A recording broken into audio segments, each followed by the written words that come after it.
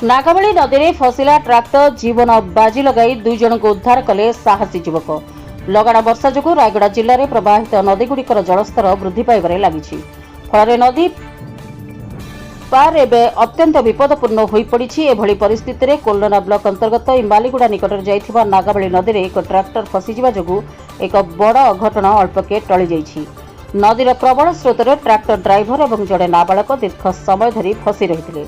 तेबे जड़े स्थानीय युवकों साहसिकता कारण सेमानंकु सुरक्षित भाव उद्धार कर पारिछि। सूचना अनुसार इमालीगुड़ा ग्रामर प्रकाश पेदेंटी निज ट्राक्टर जोगे नागावली नदी पार होई आरपटे थिबा चाष जमी को जाइथिले। तांको सह तांकर संपर्कीय पुतुरा नाबालक हरि पेदेंटी मध्य थिले। काम सारी फेरिबा बेले हठात नदी रे पानीर सुओ बढ़ी जाइथिला। पानीर बेग एते अधिक थिला जे ट्राक्टरटी नदी मझिरे ही फसी जाइथिला।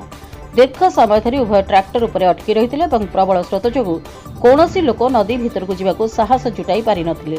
तेबे एही समय गाँवर जड़े साहसी युवक निज जीवन को बाजी लगाई नदीर भयंकर स्रोत भितर को पशिथिले एवं उभय ड्राइवर और नाबालकों को कूलक आनिबारे सफल होइथिले। रायगढ़ बुराहेड प्रफुल्ल कुमार बेहरा रिपोर्ट, रिपब्लिक ओडिशा, साधारण लोकंक स्वर।